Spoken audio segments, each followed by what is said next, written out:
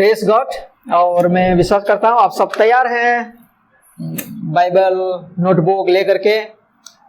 और प्रभु का बहुत धन्यवाद हो फिर से एक बार। मैं पिछले पूरा हफ्ते जब यहाँ से पिछले संडे को मैं यहाँ से गया तब से मेरा तबीयत बिगड़ गया और आज के समय में मैं थोड़ा चिंतित था कि कैसे खड़ा हो पाऊंगा, प्रभु की सेवा कर पाऊंगा या नहीं। लेकिन प्रभु का धन्यवाद हो कि परमेश्वर ने मुझे अनुग्रह दिया ताकि मैं आप लोगों के बीच में खड़ा हो पाया। पूरा हफ्ता मैं बेड रेस्ट में था, लेकिन प्रभु का धन्यवाद हो मैं आपके बीच में आज शामिल हूँ। Praise God. प्रभु हमारी प्रार्थना को सुनते हैं और प्रभु का धन्यवाद हो। ओके, बाय द वे हम पिछले दिनों में कुछ बात को हम सीख रहे थे, है ना। सबसे पहला हमने देखा था इसी महीने में कि प्रभु ने हमें बनाया है। यस, आप विश्वास करते हैं? यस, प्रभु ने हमें बनाया है ताकि हम उनकी सेवा कर सकें और उनका जो काम उन्होंने सौंपा है उसको हम कर सकें। और पिछले हफ्ते हमने देखा था कि हर एक विश्वासी, हर एक प्रभु में जो नया जन्म लिए हुए, पक्का मसीह की मैं बात बता रहा हूँ, जो सच्चा शिष्य है वो हर एक आत्मा विजेता है। और पिछले बार ये हमने सीखा था, क्या आपको ऐसा मौका मिला था पिछले हफ्ते में जिसके साथ आप थोड़ा बहुत प्रभु के बारे में बातचीत कर सकें पूरा हफ्ते में? Yes, very good, very good, क्या बात है। यस, 3 जन, शाबाश। और कोई? तो ये एक बार मैंने सिखाया और अगले बार थोड़ा सा अपडेट लिया, उसके बाद खत्म, ऐसा नहीं है। ये ऑनगोइंग प्रोसेस है और आप, यही है असली जिंदगी, है ना, यही है मसीह जिंदगी। प्रभु आपको और मुझे बुद्धि और ज्ञान इसीलिए नहीं देते ताकि हम हेड नॉलेज लेकर के बैठ जाएं। जो भी बात हमने सीखा है ये कंटिन्यू करते रहें। और मैं अगले बार जब मैं आऊँगा, मैं प्रार्थना करता हूँ, विश्वास करता हूँ कि कई सारे हैंड रेज मैं देख सकता हूँ, कई सारे हाथ उठाएंगे।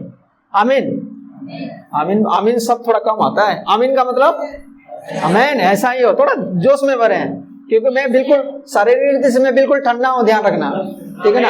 आप लोग थोड़ा सा हाथ उठाएंगे, यस आमीन करेंगे, तो मैं भी थोड़ा क्या हो जाऊंगा, एनकरेज हो जाऊंगा। क्रिकेट के मैदान में देखे हो ना, जब डिफेंस करने लगते हैं प्लेयर, तो जो क्या बोलते हैं, स्टेडियम जो गैलरी में बैल्कनी में जो बैठे होते हैं, सिक्सर फोर्स दिखाते हैं, चीयर करते हैं ना, और उसके बाद फिर होता है। ठीक उसी तरह आप लोग को भी करना है। और इब्रानी में भी यही बात लिखा हुआ है, हमें बादलों के गवाह ने क्या कर रखा है, घेर रखा है, याद है ना। तो मैं वो क्रिकेट वाली बात नहीं कर रहा हूं, तो आप लोगों के अंदर में वो जज्बा होना चाहिए, वो लगन होना चाहिए प्रभु के लिए। तो नेक्स्ट टाइम ये कंटिन्यू करते रहना है। और आज हम और थोड़ा सा सीखेंगे कि आज का टाइटल क्या है, कब, क्या है, कब और कहां। लेकिन जब मैं कब और कहां को कर रहा था तो प्रभु ने और एक बात उसमें डाल दिया, लेकिन ऑलरेडी मैंने फ्लायर के लिए भेज चुका था, फिर मैंने एडिट नहीं किया। और फिर कैसे, है ना, कैसे या क्या सिखाएंगे। तो 3 बात आज हम देखेंगे, कब, कहां और कैसे। तो तैयार हैं आप सब? हमको पता है हमेशा ना, एक छोटा सा मैं एक एग्जांपल बताना चाहता हूं। ओके, एक एग्जांपल बताना चाहता हूं। बिल्ली के बच्चे, किटन, बिल्ली के बच्चे हैं ना, बहुत छोटे छोटे, बहुत प्यारे होते हैं। और उनका फेवरेट खाना क्या है? दूध, फिश ना, चूहा भी है। तो मान लो 2 छोटे छोटे जो बिल्ली के बच्चे हैं, उनको बहुत बड़ा एक व्हेल मछली दे दिया जाए, बहुत बड़ा एक व्हेल मछली दे दे छोटी छोटी किटेन को, कैसा होगा? ऊपर नीचे छलांग लगाते रहेंगे। उनको पता है कि हमारा फेवरेट डिश है, उनको पता है कि हमको भूख लग रहा है, उनको पता है कि हमको खाना खाना चाहिए, उनको पता है कि हमारे सामने में इतनी बड़ी खाना है। लेकिन वो कहां से शुरू करें, इतना बड़ा मछली, व्हेल, इतना बड़ा मछली को। और वो सामने में वो इतना बड़ा फिश होने के बाद भी वो क्या हो सकते हैं, भूखे रह सकते हैं। एग्जैक्टली वो मसीह लोगों के साथ भी ऐसा है। हर एक मसीह को पता है कि यस, अभी अगर मैं पूछूंगा महान आज्ञा कहां पर लिखा गया है, सबको पता है, पूरा रट चुके हैं हमको पता है। मत्ती 28, 18, 19, 20 में लिखा गया है ना, महान आज्ञा जो यीशु मसीह ने हमें दी है। हम सबको पता है कि एक मसीह होने के नाते हमें दूसरों को भी प्रभु के बारे में बताना है। हम सिर्फ सीखना नहीं चाहिए, सिखाना भी चाहिए। हम एक जगह में स्टॉक नहीं हो जाना चाहिए, हमें आगे बढ़ना चाहिए। वी नो वेरी वेल, लेकिन आखिर शुरू करें तो करें कहां से? पास्टर भी बोलते हैं आओ प्रभु के वचन हम शेयर करें, प्रभु की आज्ञा को पालन करते हुए लोगों के पास पहुंचे। सारे विश्वासी बोलते हैं यस पास्टर, लेकिन मन में एक बड़ा सवाल होता है, कैसे, कहां, किसको? वो मछली वाली बात याद करना। बड़े व्हेल आपने दे दिया 2 छोटे छोटे बिल्ली को, ठीक उसी तरह वचन देख लेते हैं, फिर घबरा जाते हैं, मैं शुरू करूं तो कहां से करूं? और ये सारी बातें हैं जिसके चलते हम आगे बढ़ नहीं पाते हैं। और आज हम कोशिश करेंगे कि हम सुसमाचार कहां और कब कैसे कर सकें। इसीलिए आपको और मुझे तैयारी की जरूरत है। आपको और मुझे इरादों के साथ एक योजना के तहत हम आगे बढ़ना चाहिए। कंफ्यूज नहीं होना चाहिए, है ना, शक के घेरे में हम नहीं होना चाहिए। तो सबसे पहला पाठ हम देखेंगे कि और दूसरी बात है कि जो कहाँ हम शुरू करें और कैसे शुरू करें के बारे में मैं एक बार विकास कुंज में भी मैंने बताया था। किसी एक पास्टर से मैंने सुना था, शायद ये रियल कथा हो सकता है।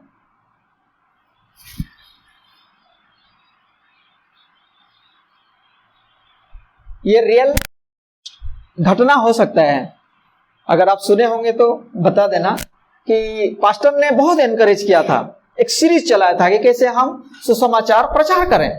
और एक नई सिरे से एक व्यक्ति, उद्धार पाया हुआ व्यक्ति आया था, जवान लड़का था, और वो नाई की काम करता था, बार्बर का सैलून में बाल काटने वाला था। और वो जवान बंदा था, नया नया वो कन्वर्ट हुए, प्रभु को जाना था, विश्वास किया था। और जब उनको पता चला कि यस मुझे भी सुसमाचार सुनाना चाहिए, और वो सैलून का काम करता था, और फिर उसके अंदर में जोश आ गया, ठीक है, यस मुझे हर दिन मेरे पास नए नए लोग आते हैं, मैं तो कई लोगों को सुसमाचार सुना सकता हूँ। और फिर अचानक एक आदमी आ गया वहां पर शेफ बनाने के लिए। तो फिर उससे बातचीत करते हुए फिर वो क्या बोलते हैं, वो फोम लगाने लगे, शेविंग क्रीम लगाने लगे, और वो सुसमाचार सुनाना शुरू कर दे। वो बंदा आंख बंद करके ऐसा है वो सुन रहा है, क्योंकि उनके पास और कोई चारा नहीं है, कोई ऑप्शन नहीं है। वो पूरा सुनाते गए और फिर वो शेव करते गए और फिर सब कुछ कंप्लीट हो गया। और छुरा ला करके कहाँ रख दे, यहाँ पर। तो बोले मैं आधा घंटा से आपको सुसमाचार सुना दिया, अब बताओ इसको ग्रहण करना चाहते हो या नहीं? क्या होगा फिर? बंदा वो बेचारा डर के मारे नहीं बोलूंगा कहीं वो खींच लिया तो बंदा क्या किया उसने? हाँ बोल दिया, लेकिन वो रियल हाँ नहीं था। तो मैं ये हो सकता है कि ऐसा घटना हो सकता है, ये कहानी मात्र नहीं है। हम कई बार हमको तरीका नहीं पता, कई बार हम कहाँ बताना चाहिए, कैसे बताना चाहिए, किस तरीके से बताना चाहिए, हमको नहीं पता। यस, तो पहला चीज हम देखेंगे कि कब सुसमाचार हम सुनाना चाहिए। कब, व्हेन, एक टाइम है ना, कब हमें सुसमाचार सुनाना चाहिए। बहुत सारे मसीह लोग सोचते हैं कि मुझे 1-2 बार ना, जैसे यीशु मसीह के चेले थे, वो यीशु मसीह के साथ कितने साल तक रहे? 3.5 साल तक। मुझे भी 3.5 साल का मसीह होना है। क्या इस बात में आप एग्री हैं? ध्यान रखना। और 3.5 साल तक यीशु मसीह ने उनको संग लेकर के गांव नगर गली में लिए थे और सारे बातों को दिखाया था। लेकिन राइट फ्रॉम द बिगिनिंग वो सुनते गए, सीखते गए, बताते गए, सुनते गए, सीखते गए और वो बताते गए, और उसी दौरान वो 3.5 साल तक रहे। इसका ये मतलब नहीं है कि एक बार आप आएंगे, फिर 5 साल, फिर 10 साल, ऐसे करके आप और मैं एक बैरन पेड़ की तरह, जो बांझ वृक्ष की तरह हम बन जाएंगे। हमारे द्वारा किसी का उद्धार नहीं हो सकता है। तो आपको और मुझे जानना पड़ेगा कि मुझे कब सुसमाचार सुनाना चाहिए। और सैलून वाला नहीं की तरह गलती ना करें कि सारा काम करके यहां ला करके उसको डिसीजन मांग रहे हैं कि अब बता कि यीशु को ग्रहण करना चाहिए या नहीं करना चाहिए। हमें उस समय को जरूर जानना चाहिए। और बाइबल में हमें बताता है कि कब हम सुसमाचार बताना चाहिए। मेरे साथ आप निकालिए 2 तिमोथी उसका 4 अध्याय 1 से लेकर के 3 तक पढ़ेंगे। 2 तिमोथी 4 अध्याय 1 से लेकर के 3 तक मुझे मिल गया है, मैं पढ़ रहा हूं। परमेश्वर और मसीह यीशु को गवाह करके, आप देख सकते हो पौलुस जब तिमोथी को लिख रहे हैं तो परमेश्वर को और यीशु मसीह की उपस्थिति में गवाह, ये आपको ये जो टर्म लिखा गया है ना, ये जो लिखने का जो शैली है, जो तरीका है, ये कोर्ट कचहरी वाली बातें जैसा लग रहा है। कोर्ट कचहरी जो होता है ना, यस, विटनेस, वो क्या बोलते हैं जो लकड़ी का जो होता है, कटघरा वाली बातें है ना। और वहां खड़े होकर के इस प्रकार के शब्दों का वो करते हैं। और पौलुस क्या बोलते हैं, देख तीमुथी, मैं मेरी तरफ से तुझे नहीं परंतु मैं तुझे परमेश्वर और मसीह यीशु का गवाह करके, जो कौन है, जीवितों और मरे हुओं का न्याय करेगा। यानी कि वो कौन है, देखो गवाह, आप देख सकते हो, गवाह, न्याय, जज है वो। तो ये वो टर्म यूज किया गया है। तो जो मरे हो और जीवितों का न्याय करेगा, उससे और उसके प्रकट होने, सेकंड कमिंग को दिखाता है, वो दोबारा आने वाले हैं। और उसकी राज्य, यानी कि वो राजा भी है, वो दोबारा आने वाले भी हैं, और वो न्याय करने वाला जज है, वो सुप्रीम जज है। और न्याय को सुधि दिलाकर मैं तुझे बताता हूं या चिताता हूं, चिताता हूं। ये वार्निंग है, सतर्क कर देता हूं। किस बात के लिए, कि तो आपको एक जन पढ़े जोर से, कि तू वचन को प्रचार कर, समय और असमय तैयार है, और सब प्रकार की सहनशीलता और शिक्षा के साथ गाना दे और डांट और समझा। ये किसको दिया गया है, सिर्फ तिमोथी को, या ये मेरे लिए भी लागू है? बोलो ये मेरे लिए भी लागू है, जोर से बोलो, ये मेरे लिए भी लागू है। और ये वचन हमें किसके सामने से मिला है, पिता परमेश्वर और यीशु मसीह को पौलुस न्याय के रूप में देखते हुए उन्हीं के सामने में गवाह करके ये काम तिमोथी को वो सौंप देते हैं और बोलते हैं कि तू वचन में से या वचन का प्रचार कर।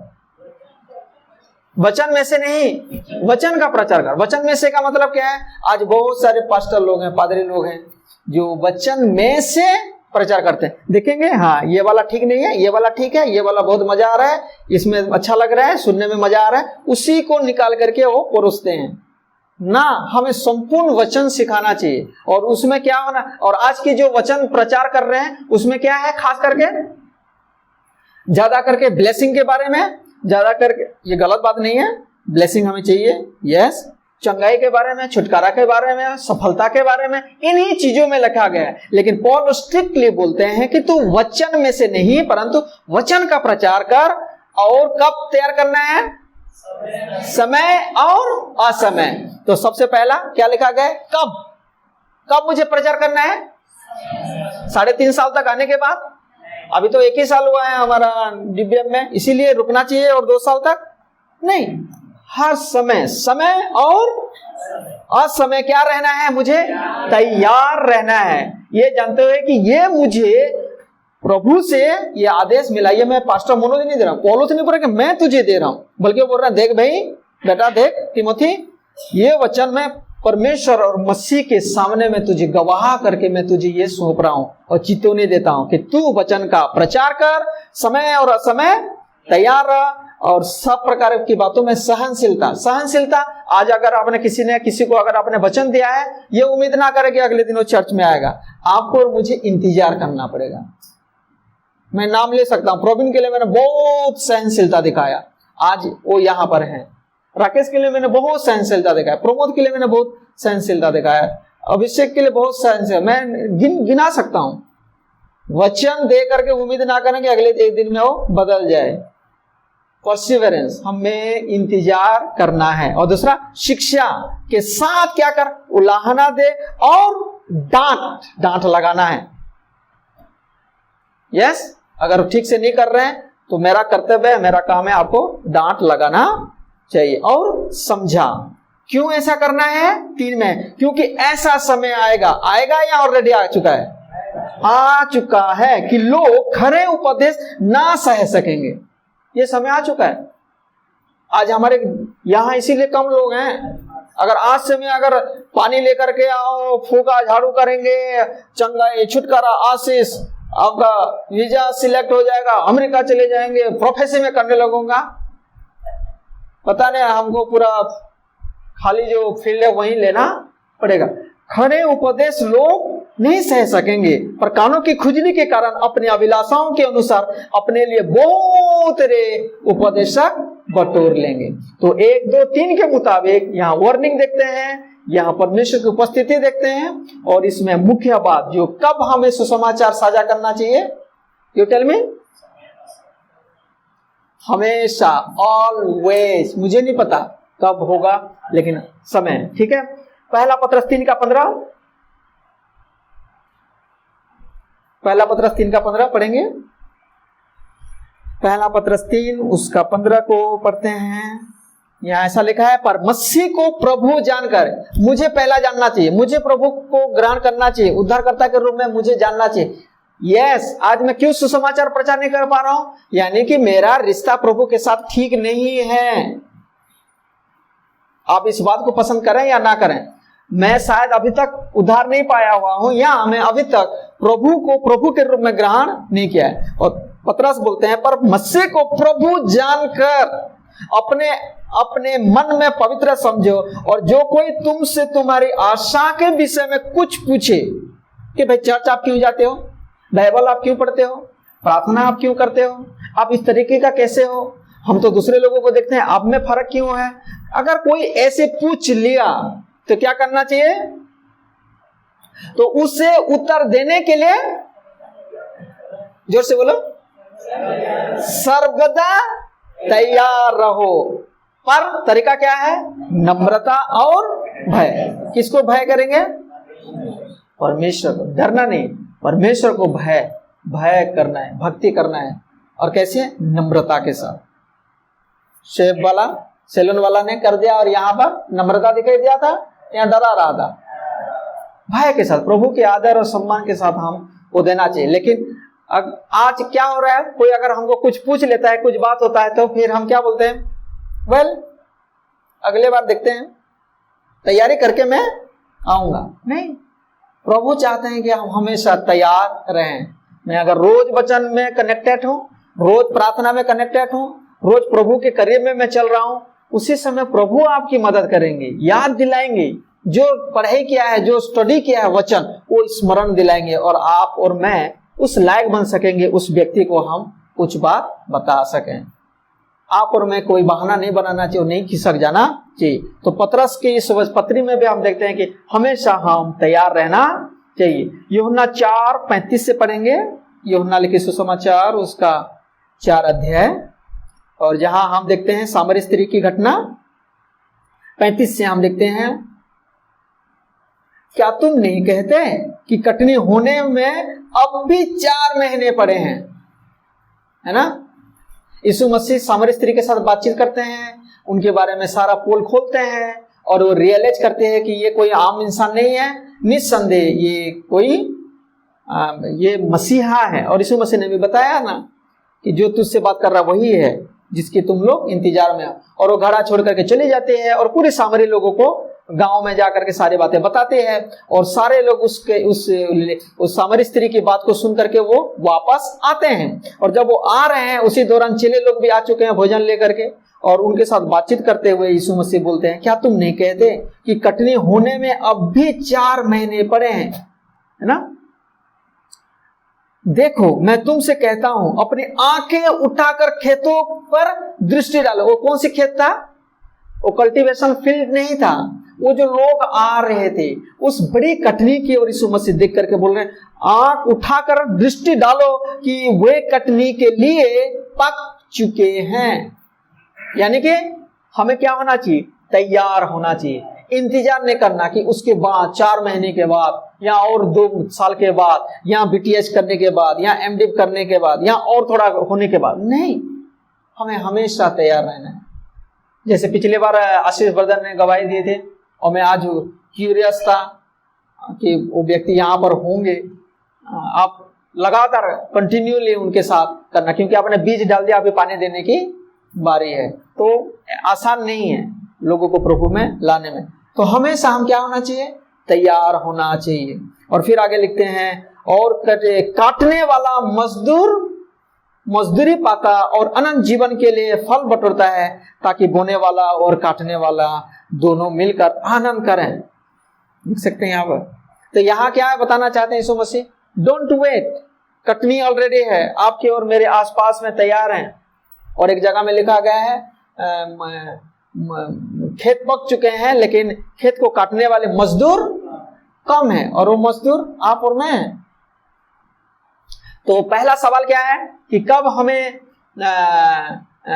प्रभु की सुसमाचार को साझा करना चाहिए। क्या लिखे आपने?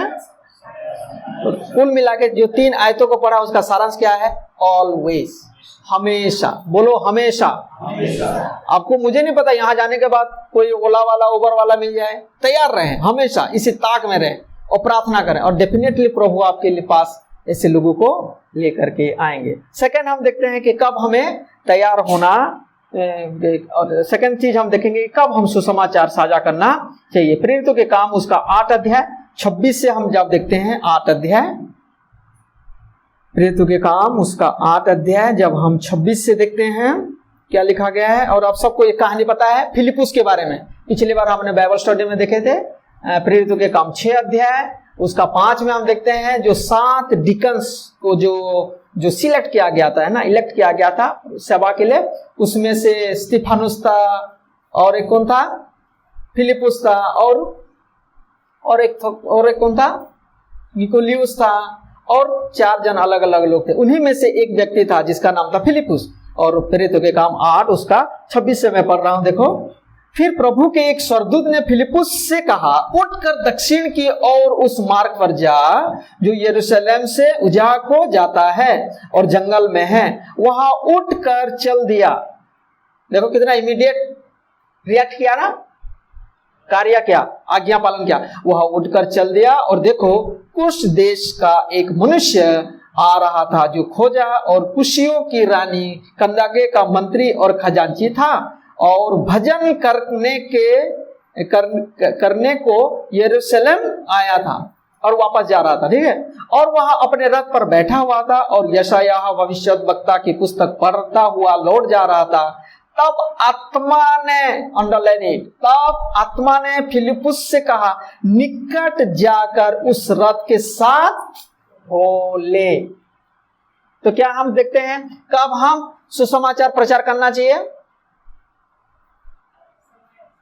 पहला तो हो गया हमेशा। दूसरा क्या है, यस, यद्यपि भी हम हमेशा तैयार होते हैं, कुछ पर्टिकुलर कुछ खास समय में पवित्र आत्मा हमको संकेत देते हैं। तो कब मैं सुसमाचार प्रचार करना चाहिए? जब पवित्र आत्मा, हाँ, इसका फिर मिसयूज ना करें, चुपचाप ना बैठ जाएं, और जब भी पास्टर पूछे तो ये नहीं बोलना, जब पवित्र आत्मा हमको अगुवाई करेंगे तब हम वचन देंगे। नहीं, मुझे हमेशा तैयार रहना है। तब प्रभु क्या करेंगे, जो फौज में देखे ना, छावनी में लेटे नहीं होते, सारे हर दिन एक्टिव रहते हैं, तैयार रहते हैं।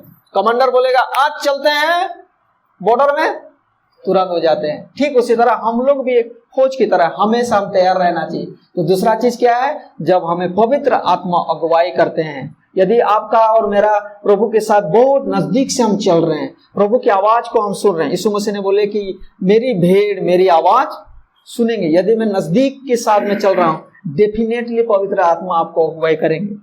तो दूसरा चीज हम देखते हैं कब हम प्रभु की वचन को साझा करें, जब हमें पवित्र आत्मा संकेत, जब प्रमोट्स करे, जो हमें अगुवाई करे। सेकंड चीज हम देखते हैं मरकुस 13 का 11, मरकुस उसका 13 का 11 पढ़ते हैं। फटाफट आप लिख लीजिए, बाद में पढ़ना। मरकुस 13 का 11 में लिखा है, जब वे तुम्हें ले जाकर सौंपेंगे तो पहले से चिंता ना करना, चिंता नहीं करना लेकिन तैयार तो जरूर करना।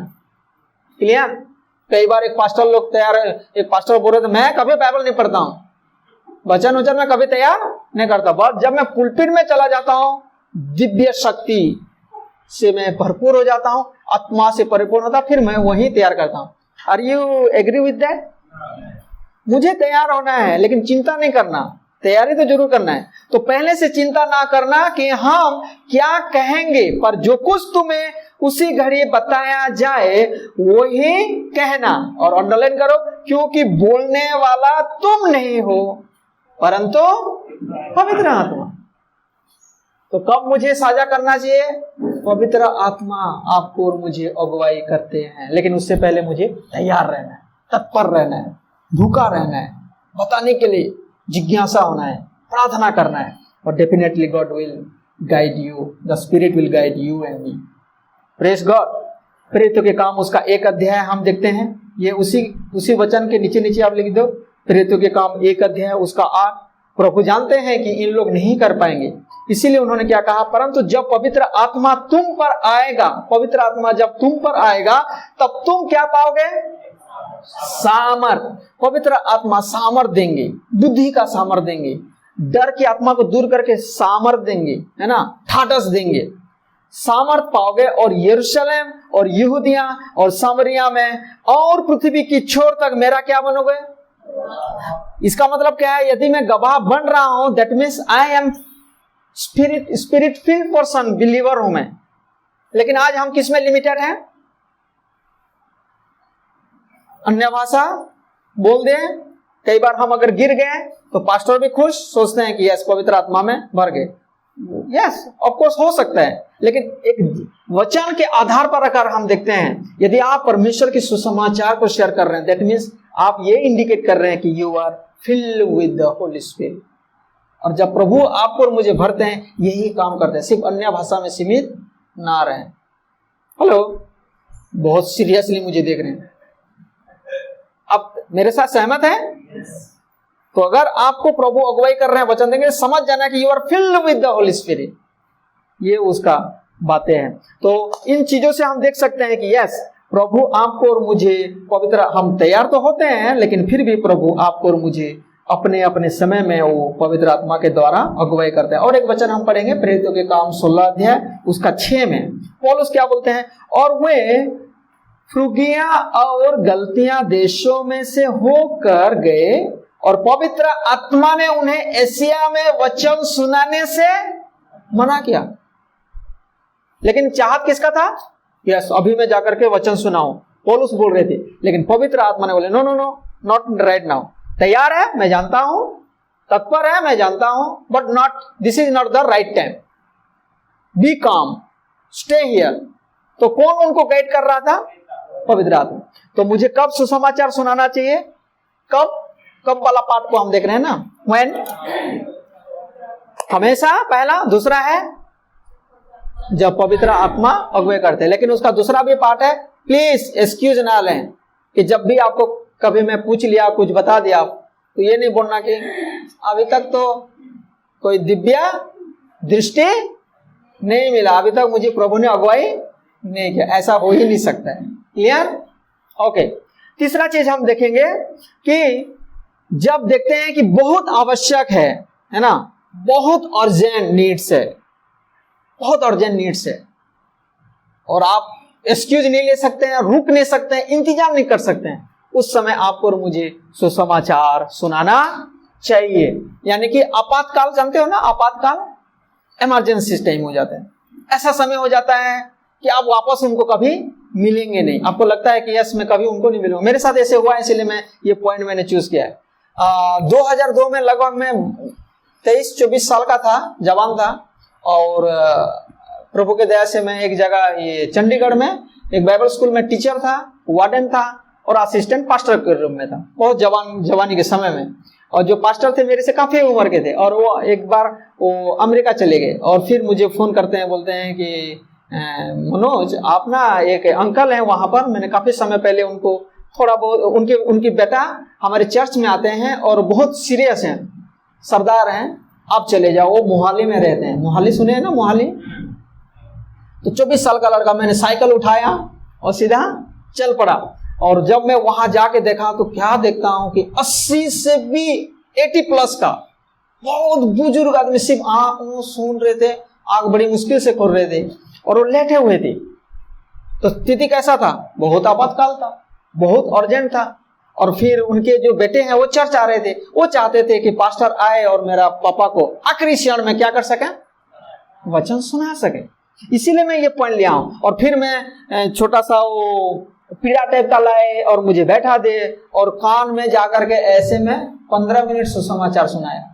और अंत में बोला कि आप यीशु को अपना प्रभु के रूप में ऐसा घड़ी में ग्रहण करना चाहते हो? और बड़ी धीमी आवाज में हाँ करना चाहता हूँ। तो फिर मैंने बोला कि आप हैंड रेज करो। तो फिर वो बड़ी मुश्किल से हाथ उठाए, प्रेज गॉड। और ध्यान देना, अगले दिन उनका देहांत हो गया, क्योंकि बहुत बुजुर्ग हो गए थे। और मैं लेकिन खुश था कि एटलीस्ट मैंने उनको प्रभु के बारे में बताया। तो वचन तो मैंने 15 मिनट दिया, लेकिन उनके साथ काफी घंटों तक मैंने धीरे धीरे, क्योंकि वो बोल भी नहीं पा रहे थे, सुन भी नहीं पा रहे थे, तो बड़ी करीबी से उनसे मैं बातचीत किया। फ्रेंड्स, आपके पास भी ऐसा समय आएगा, आज नहीं तो कभी नहीं। ऐसा आपातकाल में हम रह रहे हैं, ऐसे मुश्किल घड़ी में हम रह रहे हैं, जिसको आज आप देख रहे हैं, हो सकता है कि कल आप उनको ना देखें। प्रार्थना करें, बुद्धि मांगें और प्रभु के अनुग्रह से आप लोगों को बताएं। मरकुस 13 का 10 में क्या लिखा गया है? देखो, मरकुस 13 उसका 10 में, मरकुस 13 का 10 में यीशु मसीह बोलते हैं, पर अवश्य है कि पहले, देखो अवश्य है और पहले सुसमाचार सब जातियों में प्रचार किया जाए। इमरजेंसी पीरियड है, बहुत मुश्किल, बहुत अति आवश्यक है। और हमें बताना है, हमें इंतजार नहीं करना है ना, ढिलाई नहीं देना है, हमेशा तैयार रहना है। यूहन्ना 9 का 4 देखो, यूहन्ना उसका 9 का 4, जल्दी से जल्दी कोई निकाल के पढ़ सकते हो, पढ़ सकते हैं आप। 9 का 4, 9 उसका 4 में लिखा है। और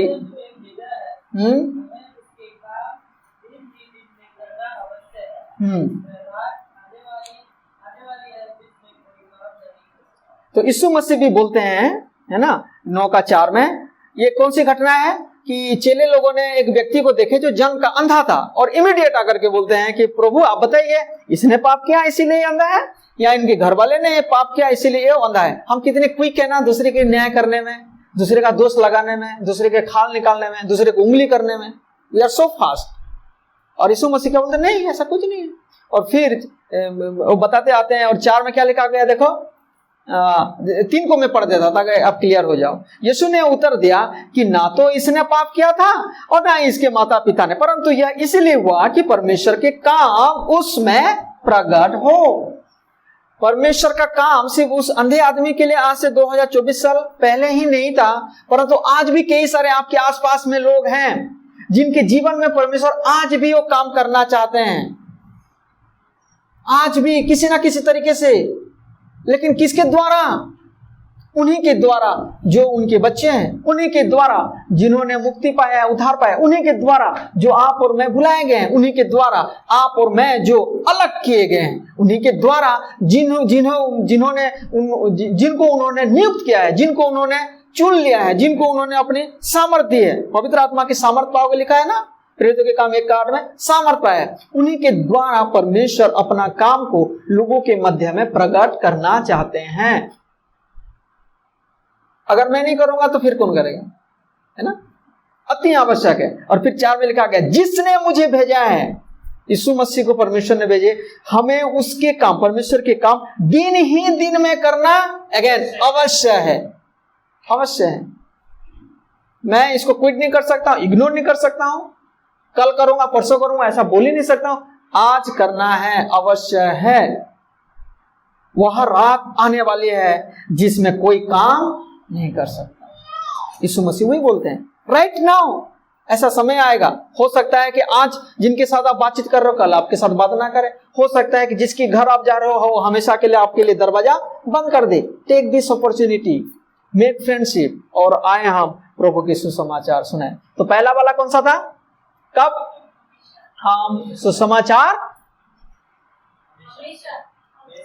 कब और कहां हम सुसमाचार साझा करें। तो सबसे पहला पाठ देखा कब, तो सबसे पहला क्या है, ऑलवेज, हमेशा। दूसरा, जब पवित्र आत्मा अगुवाई करें, और उसके लिए मुझे भी क्या करना पड़ेगा, प्रार्थना करना पड़ेगा कि प्रभु मुझे गाइड कर, मुझे अगुवाई कर। ठीक है, साधु सुंदर सिंह की तरह आप इस ताक में ना रहें कि प्रभु आएंगे, या ग्रेट एवेंजलिस्ट डीजीएस दिनाकरण की तरह की रोशनी आए, चमके, दरवाजा सारा बंद हो जाए तब मैं जाकर के सुसमाचार सुनाऊंगा। नहीं, हमेशा। और प्रभु, दूसरा है प्रभु आप, पवित्र आत्मा आपको और मुझे गाइड करें। और तीसरा कब है, इमरजेंसी, अति आवश्यक, जहां आप लगता है कि इसके बाद शायद मैं नहीं मिल पाऊंगा, यही राइट टाइम है। ओके, फिर दूसरी पार्ट हम देखेंगे, वेयर, है ना, कहां पर। ये भी बड़ी सवाल होता है ना। जैसे मैंने आज सुबह शुरुआत में मैंने कौन सी इलस्ट्रेशन बताया था, बिल्ली और मछली। शुरू करें तो कहां से कहां है।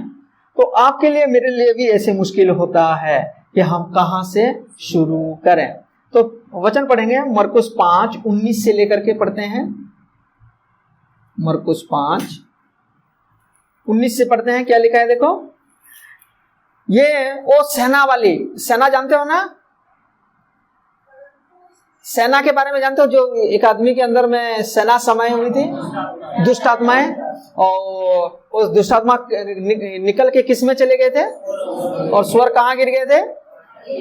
यस, वेरी गुड, बाइबल पढ़ रहे हो, इसका मतलब टेस्ट कर रहा था। ओके, तो फिर हम देखते हैं कि उस व्यक्ति जब ठीक हो जाता है, फ्रेश माइंड में होता है, और बोलता है कि हे प्रभु, अब मैं तुझे छोड़ना नहीं चाहता हूं, मैं तेरे पीछे पीछे चलना चाहता हूं, मुझे भी तू अपने 12 चेलों की तरह मुझे भी एक चेला बना ले। और यीशु मसीह उससे क्या बोलते हैं, परंतु उसने उससे आज्ञा ना दी और उससे कहा, अपने घर जाकर, अंडरलाइन करो, घर जाकर। ओके, इससे पहले गरासेनियों के लोगों ने यीशु मसीह को इजाजत नहीं दिया था उस गांव में जाने के लिए। उल्टा क्या बोले थे, हे जादूगर, लुका में लिखा गया, हे जादूगर, चमत्कार करने वाला, हमारे गांव के, हमारे इलाके से क्या हो जा, वापस चला जा।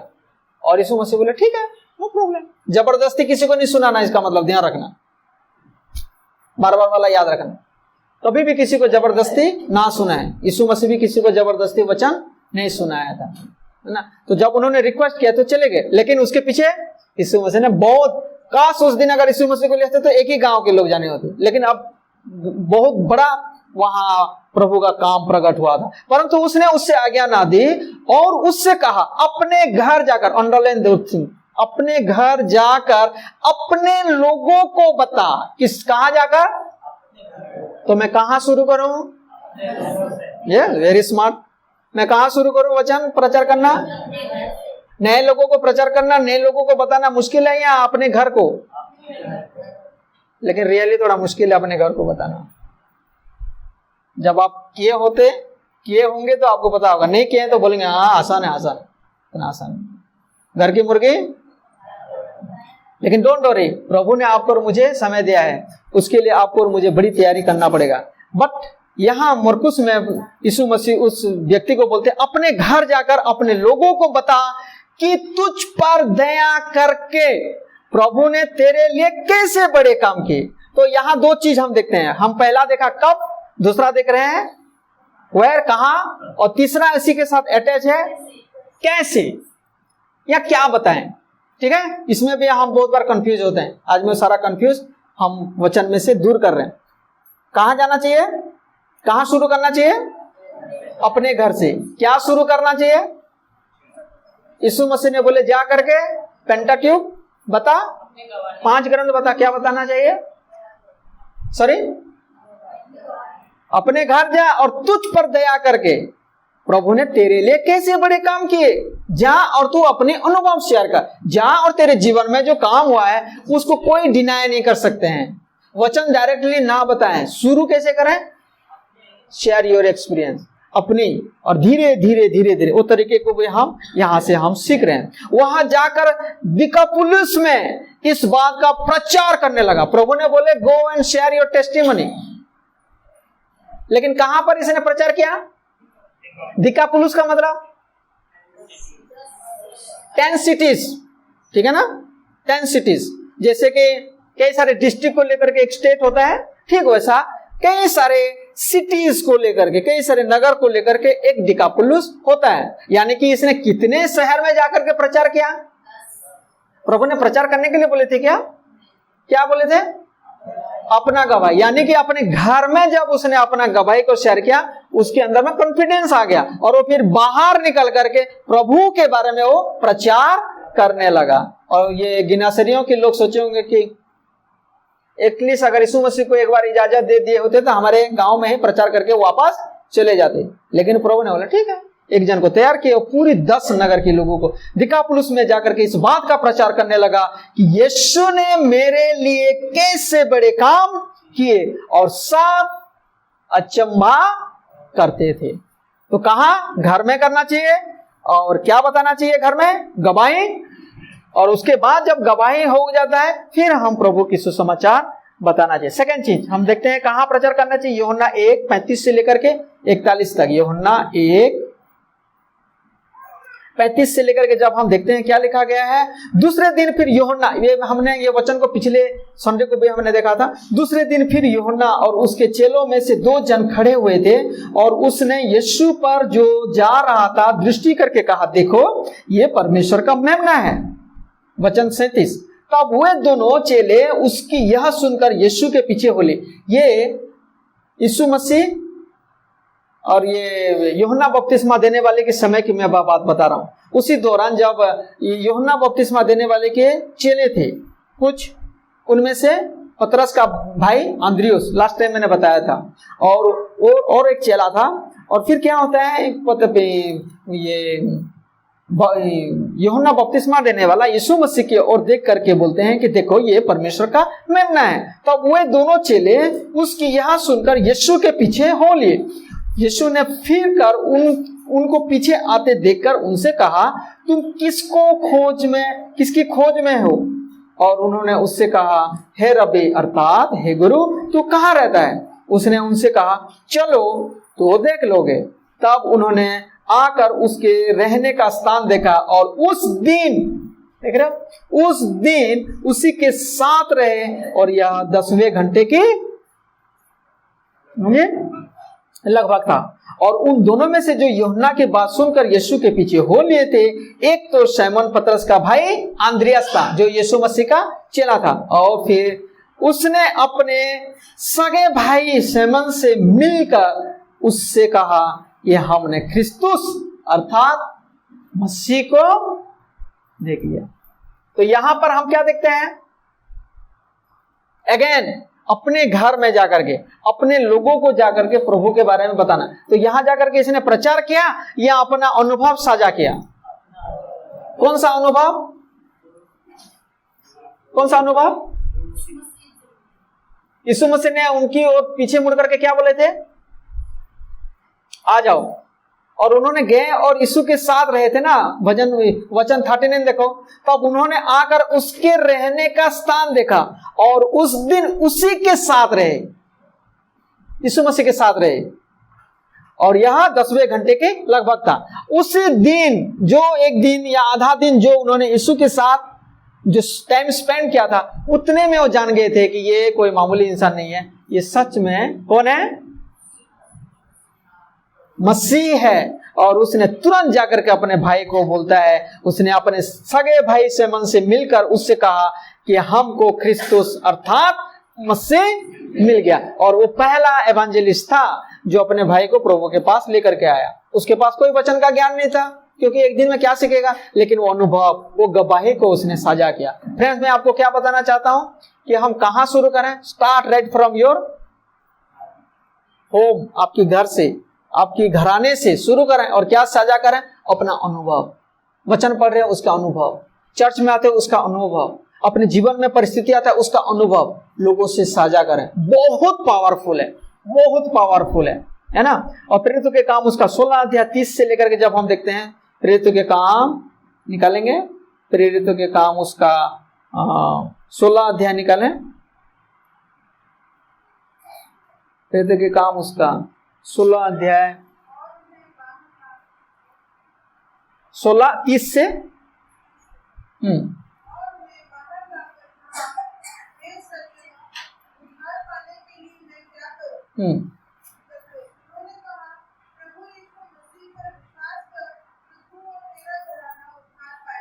ओके, समय को देखते हुए यहाँ हम देख सकते हैं पौलुस और सिलास को सुसमाचार प्रचार करते हुए, और एक एक लड़की को उन्होंने आजाद कर दिए थे, यीशु मसीह के नाम से दुष्ट आत्मा भगाए थे, जिसके चलते लोगों ने उन पर जलन रख करके उनको जेल में बंद कर दिया। आधी रात में वो खड़े होते हैं, बैठ करके वो स्तुति प्रशंसा आराधना करने लगते हैं, और प्रभु आकर के पूरा नींव हिला देते हैं, भूकंप आता है, दरवाजा खिड़की जो जंजीर है सारे खुल जाते हैं, और वहां जो जेलर था वो सोचने लगता कि सारे कैदी तो निकल गए होंगे, अब मुझे लोग बचाएंगे नहीं, मार डालेंगे, इसीलिए मैं खुद ही खुदकुशी कर दूं। और उसने वो अपना तलवार जब खींचता है, पौलुस आवाज लगाता है कि मत कर, हम सब यहाँ पर ऐसा अपने आप को जोखिम मत डाल, हम यहाँ पर हैं। और फिर वो दीपट जला करके अंदर जाता है और उनके पास मुंह के बल गिरता है, बोलता है कि वो जान जाता है कि ये मामूली इंसान नहीं है, और वो बोलता है उद्धार पाने के लिए है साहिब, मैं क्या करूं। तब पौलुस और सिलास बोलते हैं यदि तू विश्वास करेगा तो तेरा पूरा घराना उद्धार पाएगा। और वो बंदा पौलुस और सिलास को अपने घर लेता है। कहाँ लेता है? घर। और वहां उनकी मरण पट्टी करता है, बपतिस्मा लेता है, भोजन परोसता है, और पूरा घर उनका वचन सुनते हैं। तो मैं कहां शुरू करूं? अपने घर से शुरू करूं।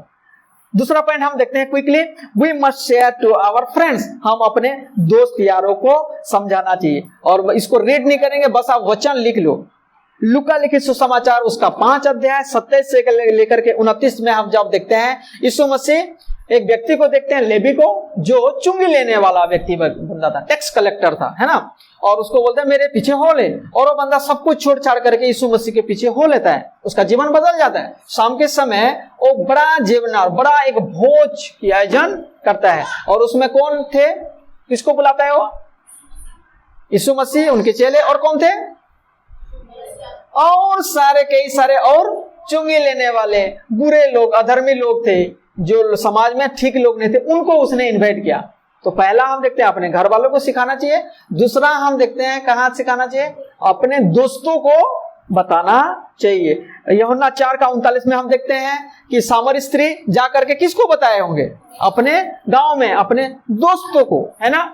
और वो सारे के सारे आ जाते हैं। प्रेरितों के काम 10:24 से लेकर 10:24 को जब हम देखते हैं, कुरनेलियस के बारे में देखते हैं। और कुरनेलियस के बारे में क्या देखते हैं कि जब पतरस उनके घर आते हैं प्रचार करने के लिए, तो उसने अपना मित्र लोगों को लिखा गया, पढ़ लेना उसको प्लीज, आप नोट दैट वर्स, हम पढ़ नहीं रहे समय के कारण। वो अपने मित्र लोगों को बुलाते हैं और पतरस वहां वचन देते हैं, और सबके सब अन्य जाति के लोग पवित्र आत्मा में भर जाते हैं। क्या आप और मैं ऐसा कर सकते हैं? Step by step. पहला किसको? अपने घर वालों को। दूसरा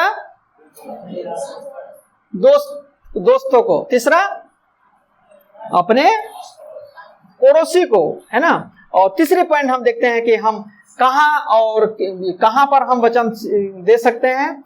हमें प्रभु ने जहां नियुक्त किया है ना। हम सब नियुक्त हैं या लावारिस हैं? लावारिस मतलब जिनका कोई वो नहीं, हम घूमते फिरने वाले नहीं। हर एक जन कहीं ना कहीं, जैसे कि कृष्णा ब्रदर हैं, वो अपने ऑफिस में हैं, आप अपने जगह में हैं, आप अपने एनजीओ में हैं, आप अभी अपने काम में हैं। हर एक बंदे, हर एक जन को प्रभु ने अलग अलग स्थान में अपॉइंट किया है। तो जहां हम अपॉइंटेड है, चाहे वो घर हो, चाहे वो ऑफिस हो, चाहे वो फैक्ट्री हो, चाहे वो अस्पताल हो, चाहे वो स्कूल हो। मैं भी स्कूल में जब टीचिंग के लिए जाता था, जब रिसेस का समय होता था, है ना, लंच ब्रेक होता था, मैं बहुत बार लोगों के साथ, टीचर लोगों के साथ बातचीत कर रहा था। और उनमें से 1-2 टीचर आए थे भी हमारे वहां पर, लेकिन समय ऐसे आया कि मैं वो काम छोड़ दिया और उनके साथ मेरा फॉलोअप नहीं हो पाया। कई बार वो चर्च आ चुके हैं। जहां भी आप हैं, जिस जगह में आप हैं, है ना, मेरे से ज्यादा आप लोगों को मिलते हैं। मैं आपको सच बता रहा हूं, मैं, प्रभु ने मुझे जो काम दिया है मैं उसी में हूं। आप लोग हर दिन 15 लोगों को मिलते होंगे, मैं इतना नहीं मिलता हूं। तो प्रभु ने जहां आपको नियुक्त किया है, चाहे जैसे कि प्रेरितों के काम 1 अध्याय 4 लिख लो और 8 लिख लो। प्रेरितों के काम 1 अध्याय 4 और 8, उसमें क्या लिखा जाता है कि परमेश्वर उन चेले लोगों को बोलते हैं कि यरूशलेम को नहीं छोड़ना, यहीं रुके रहना। और 8 में लिखा जाता है जब पवित्र आत्मा आप आएगा तब तुम सामर्थ पाओगे और फिर तुम यरूशलेम पहला जिस जो लोकेशन में हो, और फिर यहूदिया, और फिर सामरिया, और फिर और वही थोमास था जो पृथ्वी की छोर कहा आप और मैं नहीं गए होंगे तमिलनाडु, वही वो आए थे जिसके चलते आज आपको और मुझे प्रभु को जाना हुआ। Praise God. तो यहाँ हम देखते हैं कब और कहाँ साझा करें। अभी वो कंफ्यूजन नहीं होगा बिल्ली और व्हेल वाला मछली की तरह, अभी वो कंफ्यूजन नहीं होगा और सैलून वाला याद कर लेना, यहाँ नहीं, ऐसा नहीं है। हम कब और कहाँ और कैसे लोगों को सुसमाचार बताना चाहिए, हमेशा हम तैयार रहना चाहिए, पवित्र आत्मा की अगुवाई को पाना चाहिए, और मुश्किल से मुश्किल घड़ी को हम आपातकाल समय को, अति आवश्यक समय को हम आइडेंटिफाई करना चाहिए। और जब एक बार हमको मिल जाते हैं तब हम अपने घर में, तब हम अपने पड़ोसी में, तब हम अपने फ्रेंड में, तब हमें जहां प्रभु ने नियुक्त किया है वहां पर हम सुसमाचार प्रचार करें। लेकिन सुसमाचार प्रचार करने से पहले हमें अपनी गवाही बताना चाहिए। Is it clear? तो नेक्स्ट टाइम क्या होगा, बहुत सारे हाथ खड़ा होना चाहिए और बहुत सारे लोगों के साथ मैं लोगों को देखना चाहता हूं ताकि आप लोग साझा करें और प्रभु में लोगों को अगुवाई करें। आई